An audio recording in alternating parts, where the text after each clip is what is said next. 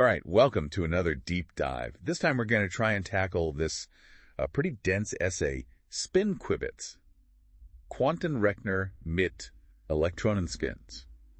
Oh, yeah, that's... It's basically Spin-Qubits, Yeah. quantum computers with electron spins, Yeah. by Jurgo Schneepat. Schneepat, yeah.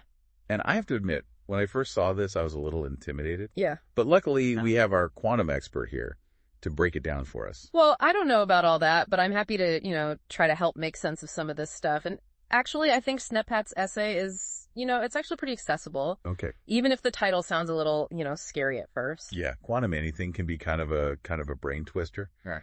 But, we're talking about computers that could potentially change everything, right? Yeah. We're talking about cracking the codes that keep our online world secure. We're talking about designing, life-saving drugs. Absolutely. It's pretty amazing stuff.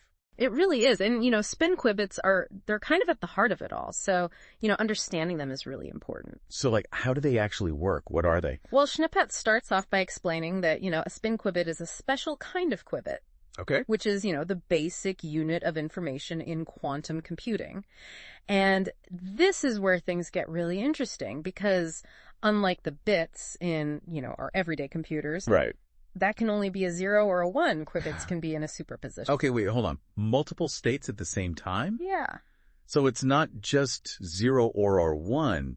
It's somehow both. Exactly. It's this really weird Yeah. kind of mind-bending concept. It's hard to wrap our heads around. Yeah. Because it's not something that we experience in our everyday lives. Yeah. But you can kind of think of it like, a coin spinning in the air. It's not heads or tails until it lands, right? Yeah. It's in this fuzzy kind of in-between state.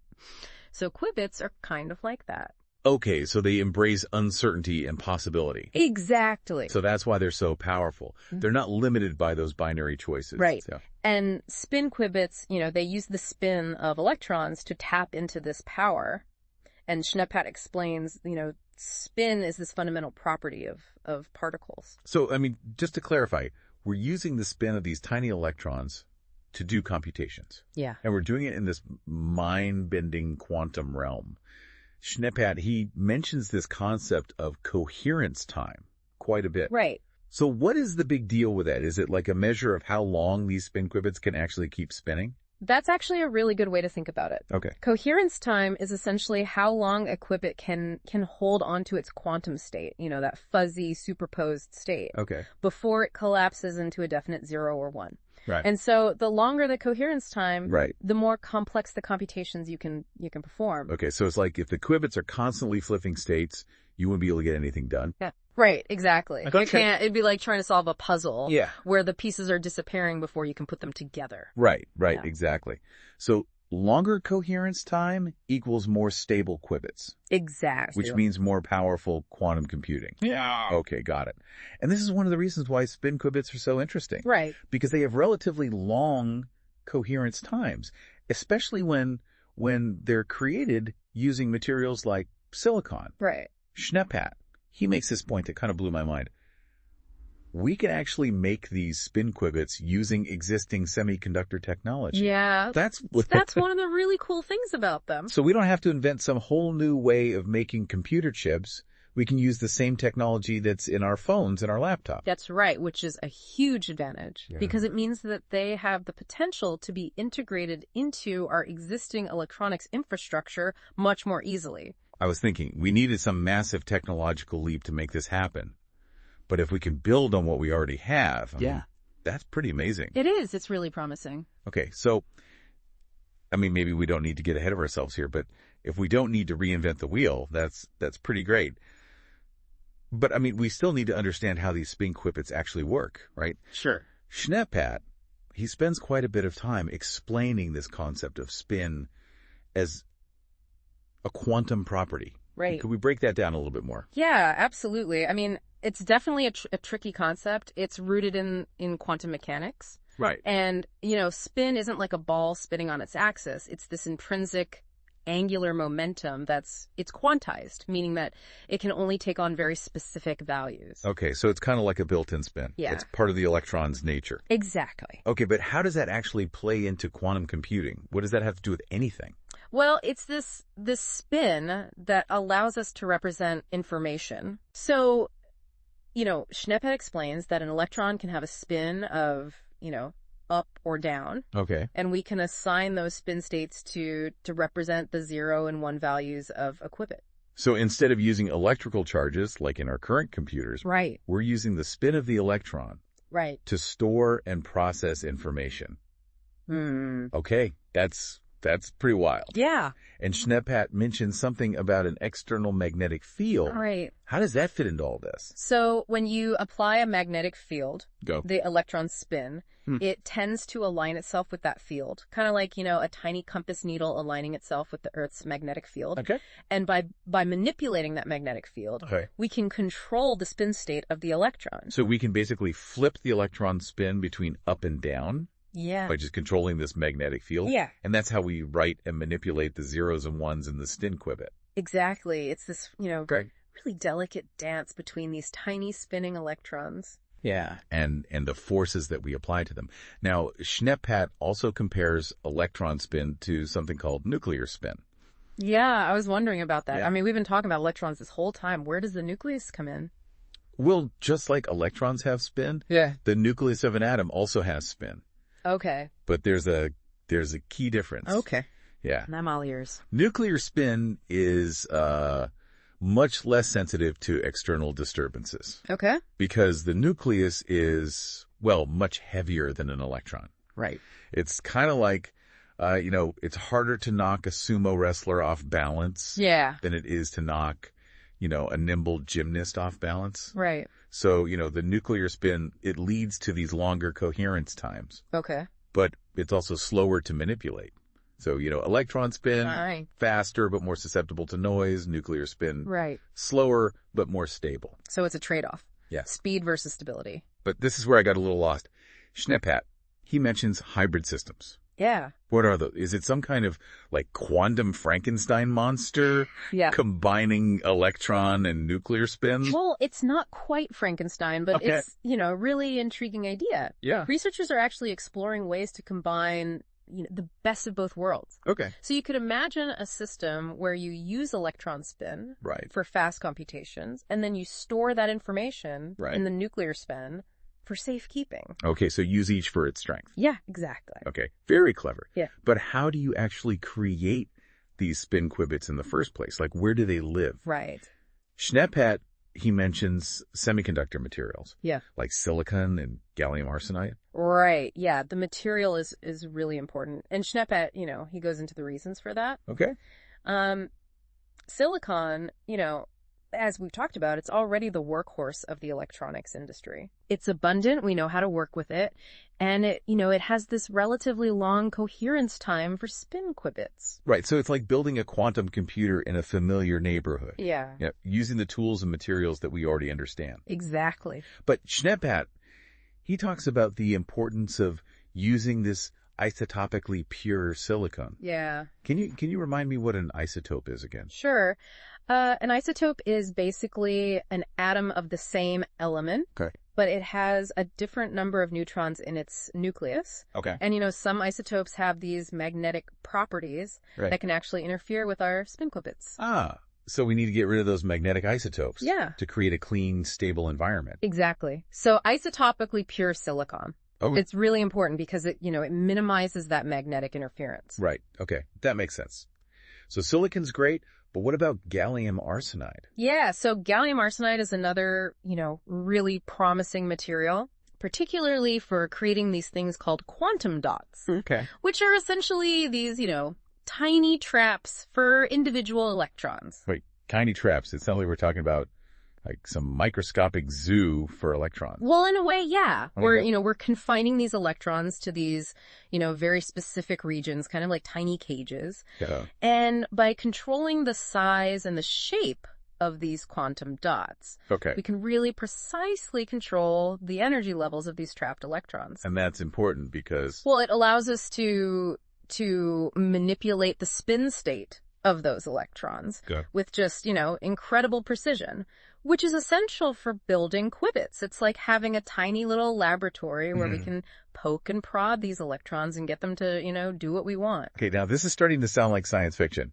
We're building microscopic cages Yeah. to trap electrons and then using those trapped electrons to build quantum computers. I mean, It's pretty wild. this is pretty wild. But then Schneppat, he goes even further, Yeah. talking about how we actually control these spin qubits Right. using things like microwaves and magnets. Yeah. This is where my brain starts to melt a little bit. It is mind-boggling, Yeah. but it's also incredibly ingenious. So think of it like this. We're using these external forces like microwaves Right. and magnetic fields to kind of conduct this, microscopic symphony of spinning electrons. Yeah. So, Okay, tell me more. like a conductor uses their baton to, direct the orchestra. Right. We're using these microwaves and magnetic fields to orchestrate the spin states of these electrons. So we're basically playing a quantum tune Yeah. on these spin qubits. Exactly. And Schneppat explains, you can use these microwave pulses to flip the spin of an electron from, up to down or vice versa. Okay. And you can use the magnets to initialize the spins Right. and keep them stable. So it's like a really delicate balance of forces. It is. But it allows us to really precisely control the state of these qubits. Exactly. He even mentions this thing, I think it was called spin orbit coupling, Yeah. which sounds incredibly complex. What I took away from it was that it might let us control the spin with electric fields instead of magnets, which would make things a lot more efficient. Yeah, that's right. Okay, so we're manipulating the quantum world with the flip of a switch. Yeah. But here's the big question. How do we actually know what state the spin qubit is in? Right. How do we read the information?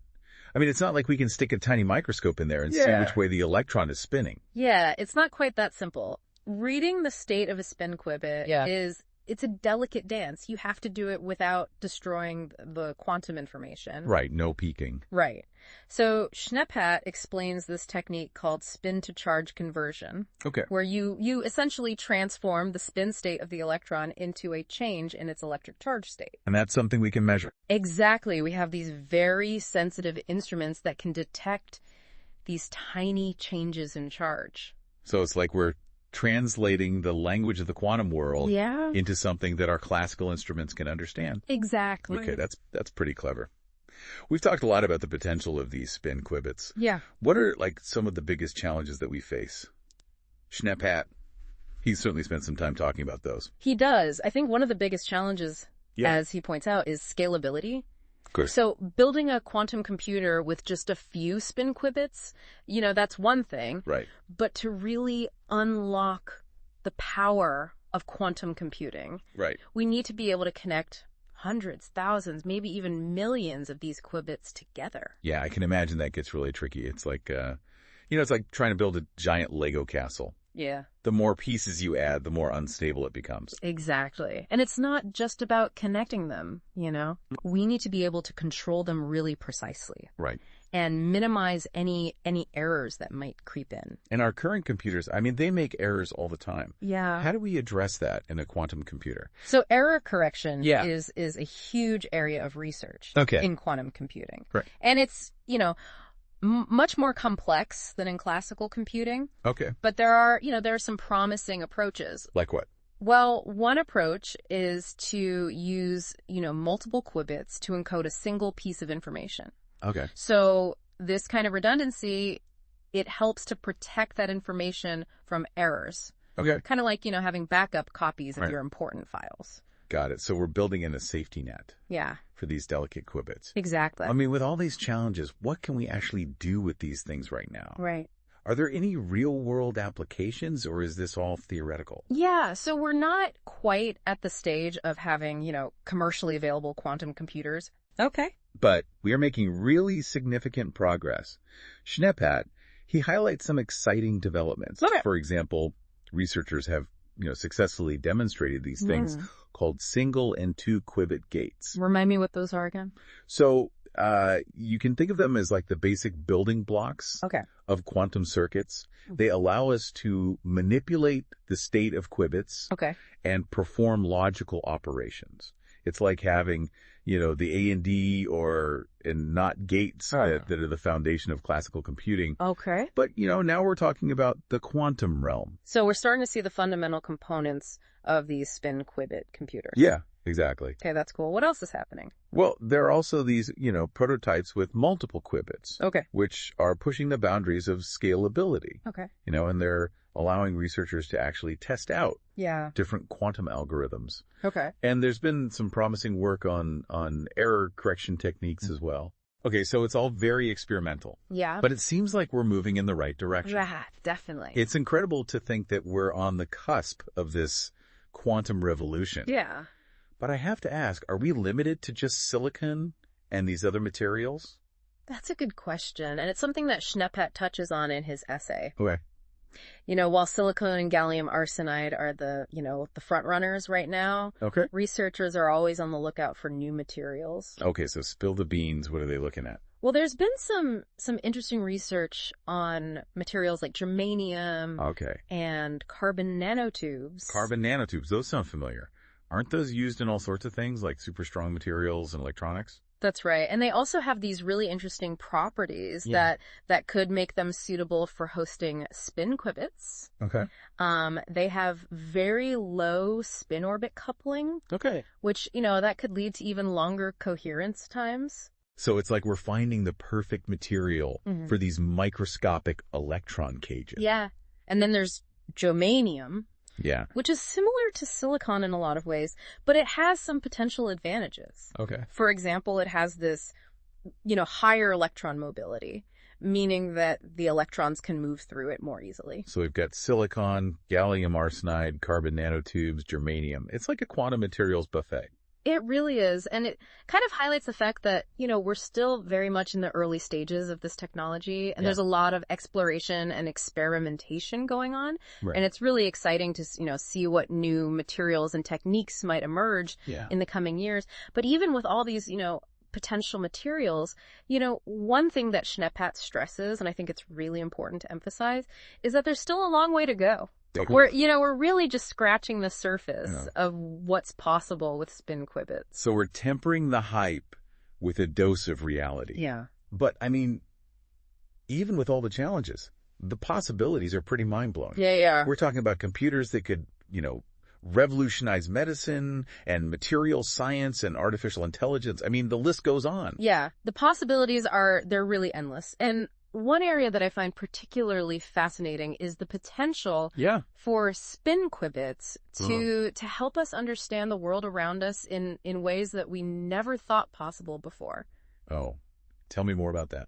So imagine being able to, simulate the behavior of complex molecules at the quantum level. Right. This could revolutionize drug discovery. Yeah. Allowing us to design new medicines with incredible precision. So we could literally design drugs atom by atom. Potentially, yeah. And it goes beyond medicine, right? Absolutely. Could we design new materials, simulate like a climate or financial markets? Yeah, all of that. Okay, now you're just showing off. This is starting to sound like science fiction. I know, it's pretty wild. But it's all rooted in, the principles of quantum mechanics. Right. And that's what makes spin qubits so exciting. It's not just about, building faster computers. It's about unlocking, this whole new way of understanding and interacting with the world around us.